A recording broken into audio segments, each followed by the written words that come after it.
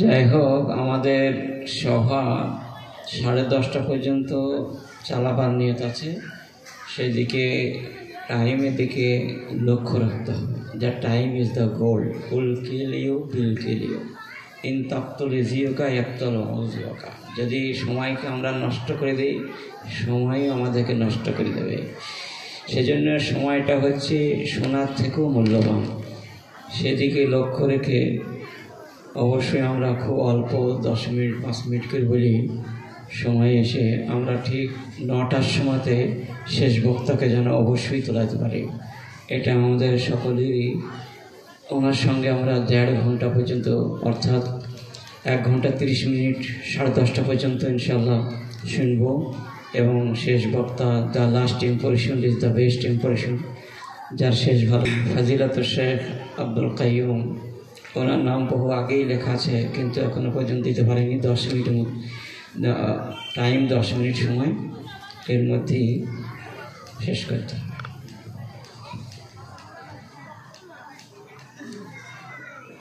আসসালামু আলাইকুম ওয়া রাহমাতুল্লাহ। আউযু বিল্লাহি মিনাশ শাইতানির রাজীম।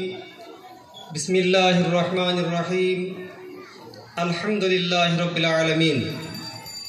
শ্রদ্ধেয় আজকের এই সভার যোগ্যতম সভাপতি মহাশয়, উপস্থিত মঞ্চে উলামা ইকরাম, সম্মুখীন ইসলাম দরদি ভাতৃবৃন্দ, প্রশংসা মাত্রই আল্লাহর, যিনি আমাদের সকলকে একটা সংশোধনী সভাতে অংশগ্রহণ করার সুযোগ করে দিয়েছেন। আমরা সকলেই বলি আলহামদুলিল্লাহ। আল্লাহ রাব্বুল আলামিনের অতি সংক্ষিপ্ত প্রশংসার পর মহানবী মুহাম্মদুর রাসূলুল্লাহ সাল্লাল্লাহু আলাইহি সাল্লামের ওপর শতকোটি শান্তি বর্ষিত হোক, আল্লাহুম্মা আমিন।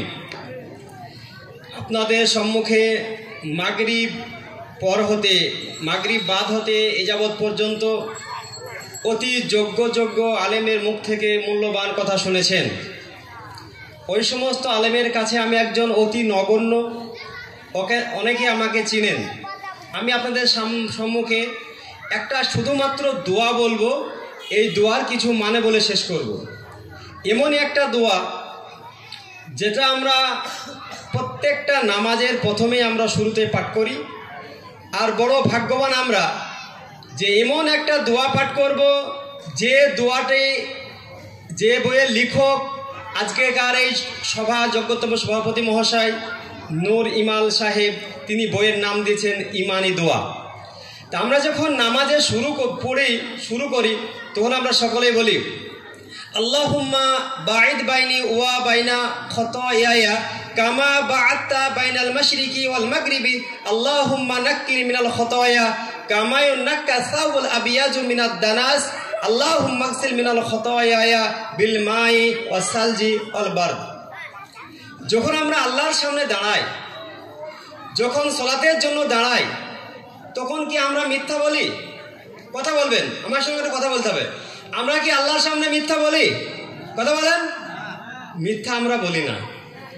আমরা কি বলি?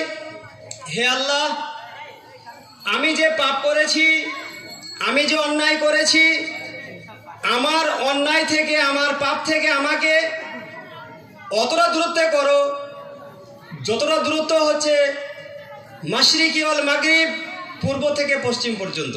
যেখানে সূর্য আমরা দেখতে পাই সেই জায়গা থেকে যেখানে আমাদের চোখের আড়ালে সূর্য ডুবে যায় সেই জায়গা পর্যন্ত আমরা আল্লাহর কাছে বলি। সকলের কাছে প্রশ্ন, পাপ কি? বলেন তো, পাপ কি? পাপ কি?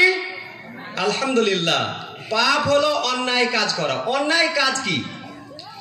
আমি একজন ব্যবসায়ী, আমি ব্যবসা করি, আমার মুদিখানার দোকান আছে। সেই দোকানে যে কম্পিউটারটা আছে, আমি যেখানে মানুষকে জিনিস দিই, ওজন করে দিই, আমার জানা আছে 1 কিলো মাল দিলে 900 গ্রাম দিই। আমি তেলের ব্যবসা করি, আমার কাছে যে তেল মাখার কাগ আছে, মানে কাপ, মানে তরল পদার্থ মাপার যে জিনিস আছে, পাত্র আছে, আমার জানা আছে 1 লিটার কেরোসিন বা ডিজেল দিলে আমি 950 গ্রাম দিই। 1 লিটার আমি দিই না, 1 লিটার থেকে কম দিই, ওজন আর লিটার আলাদা। তাহলে ওজন আমি যেটা দিই সেটা দাম যা নেই আমি দেওয়ার সময় কম দিই। এই ব্যবসায় আমি লিপ্ত আছি। লিপ্ত থাকার পরে মুয়াজ্জিন ধোয়াপাড়ার মসজিদে বলছেন হাইয়া আলাস সালাহ হাইয়া আলাল ফালাহ। তখন আমরা কি করলাম? সেই ব্যবসা ত্যাগ করলাম।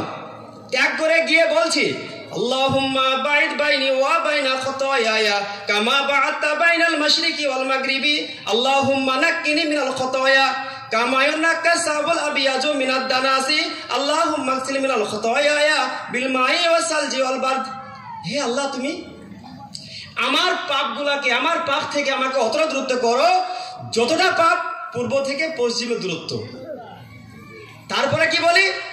একটা ময়লাযুক্ত সাদা কাপড়, পরিষ্কার পরিচ্ছন্ন একটা সাদা কাপড় আপনি পরলেন, পরে দীর্ঘদিন সফরের মধ্যে আছেন, কিংবা আপনার কাপড়টা মাটিতে পড়ে গেছে, ময়লাযুক্ত কাপড়, তখন কি বলছেন? আল্লাহ, যেরকম সাদা কাপড় ময়লাযুক্ত হয়, যখন পরিষ্কার করে যেরকম সুন্দর হয়ে যায়, আমাকে এরকম সুন্দর করে দাও। আমার পাপকে ধুয়ে দাও, পানি দ্বারায়, বরফ দ্বারা, শিশির দ্বারা। আল্লাহকে বললাম, নামাজ পড়লাম, আসসালামু আলাইকুম ওয়া রাহমাতুল্লাহ, আসসালামু আলাইকুম ওয়া রাহমাতুল্লাহ, অনেক দোয়া পাঠ করলাম। দোয়া পাঠ আবার দোকানে আসলাম, একজন বলছে ভাই আছেন গো? বাড়িতে আছি। ভাই 5 কিলো আমাকে চিনি দেন তো। সেই ডালিতেই আমি আবার চিনি মেপে দিলাম। 5 কিলোতে কত কম দিলাম? 250 গ্রাম চিনি কম দিলাম। তাহলে আমি আল্লাহর সামনে যখন দাঁড়িয়েছি, যে কথাটা এখনই বলে আসলাম, আমি কি ঠিক বলেছি? বলেন, ঠিক বলেছি? হাত কথা বলেন, ভুল বলেছি। আমার ক্ষমতা আছে। পাপ 2 রকমের হয়। কিছু পাপ দুনিয়াতে ক্ষমা করার জায়গা থাকে, ক্ষমা চাওয়ার জায়গা থাকে, মাপ চাওয়ার জায়গা থাকে। আর কিছু পাপ দুনিয়াতে জায়গা থাকে না, সম্ভব হয় না। আপনি, আপনার ক্ষমতা আছে, একজনের জমি আপনার শক্তি আছে, জোর করে কেড়ে নিয়েছেন, সেই ব্যক্তি মারা গেছে। আপনি বুঝলেন আমি অন্যায় করেছি, ভুল করেছি। আপনি সেই ওয়ারিসের কাছে গেলেন, গিয়ে বললেন ভাই আমি বুঝতে পারিনি, আমি অন্যায় করে ফেলেছি, আমি ভুল করে ফেলেছি, আমাকে একটু ক্ষমা করে দাও আর সম্পদটা ফিরিয়ে নাও।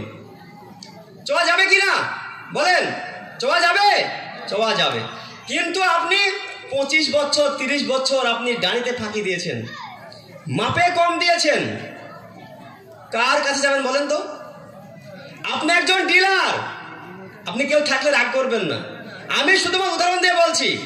আপনার কাগে একটু কম আছে, আপনি 50 বছর ব্যবসা করছেন, বলেন কার কাছে ক্ষমা যাবেন? আমি এটাই বলতে চাচ্ছি, আমরা আল্লাহর সামনে মিথ্যা বলি। আবার কি বলি? যখন এই দোয়ায় সানা শেষ হয় তখন বলি আলহামদুলিল্লাহি রাব্বিল আলামিন আর রহমানির রহিম মালিক ইয়াউমিদ্দিন ইয়াকা না'বুদু ওয়া ইয়াকা নাস্তাঈন ইহদিনাস সিরাতাল মুস্তাকিম সিরাতাল লাযিনা আন'আমতা আলাইহিম গায়রিল মাগদুবি আলাইহিম ওয়ালাদ দাল্লিন। আমিন সকলে আমরা জানেন। তারপর বলছে কি ইয়াকা না'বুদু ওয়া ইয়াকা নাস্তাঈন, হে আল্লাহ আমি তোমার ইবাদত করি আর তোমার কাছে সাহায্য চাই। বলেন সত্য কথা না মিথ্যা কথা? কথা বলেন। সত্য কথা, মানে সত্য, কিন্তু বলি মিথ্যা। যখন মসজিদ থেকে বাইরে হয় তখন আপনার আমার ইবাদত করা কার হয়? সত্য কথা বলতে পারি? সমাজের ভয়ে যে কাজগুলো বর্তমান সময়ে চলছে, আমার সমীক্ষা মতে আমরা সপ্তাহে একদিন সাপ্তাহিক প্রোগ্রাম করি, সংশোধনী সভা। সেখানে দেখেছি যে জায়গাতে বসে আমরা ইবাদত করি, সেই জায়গাতে বসে আমরা বেশিরভাগ মানুষ আমরা ভুল করি, অন্যায় করি। মসজিদ থেকে বার্তা দিই ভুলের কথা, মসজিদ কমিটি থেকে তৈরি করি মন মতো আইন। অনেকে আমরা বলি যখন আমরা বিচার করব মসজিদে করব না, কারণ আরে মসজিদ ইবাদতের জায়গা। কিন্তু ভুলে গেছেন মসজিদ ছিল মহানবী মুহাম্মদ রাসূলুল্লাহ সাল্লাল্লাহু আলাইহি সাল্লামের পার্লামেন্ট। সেখানে তিনি বিচার করতেন। আপনারা জানেন বিধর্মীদেরকে ধরে নিয়ে এসে মেম্বারে মানে পিলারে বাঁধা হতো। আর আজকে আমরা মসজিদ যাই না কেন? আমরা যে অবস্থায় থাকি মসজিদ ঢোকার আমাদের যোগ্য নেই। সেখান থেকে আমরা আইন তৈরি করি, মৃত্যু বাড়ির আইন, বিবাহ বাড়ির আইন, হলদি মাখার আইন, খাতনার আইন, অনেক কিছু নিয়ম তৈরি করি। আমি এটাই বলতে চাচ্ছি আপনাদের সামনে, আমার ক্ষুদ্র জ্ঞানে যে কথাগুলো আমরা আল্লাহকে বলি সেই কথাগুলো ঠিক বলি না মিথ্যা বলি, এটা আমি বলতে চাচ্ছি। আজকে যে কথাগুলো বলছি অভিনয় করা কথা বলি, অভিনয় যে না হতো আজকে আমাদের পরিবেশ এরকম হতো না, এরকম চরিত্র আমাদের হতো না। আজকে আমাদের শক্তি আছে, ক্ষমতা আছে, যা মন তাই করছি। কিন্তু না, আল্লাহ রাব্বুল আলামিন আমাদের সকলকে যে কথাটা আল্লাহর সামনে বলি সেই কথাটা মানার এবং সেই কথাটা বোঝার তুমি সম্মতি দান করো। সকলের জন্য আমি দোয়া করি, আমার জন্য দোয়া করো রব্বুল আলামিন। যে কদিন বাঁচবো আল্লাহ যেন সত্য কথা বলতে পারি, সত্যর উপর অটল থাকতে পারি, সত্য কথাটা মানতে পারি।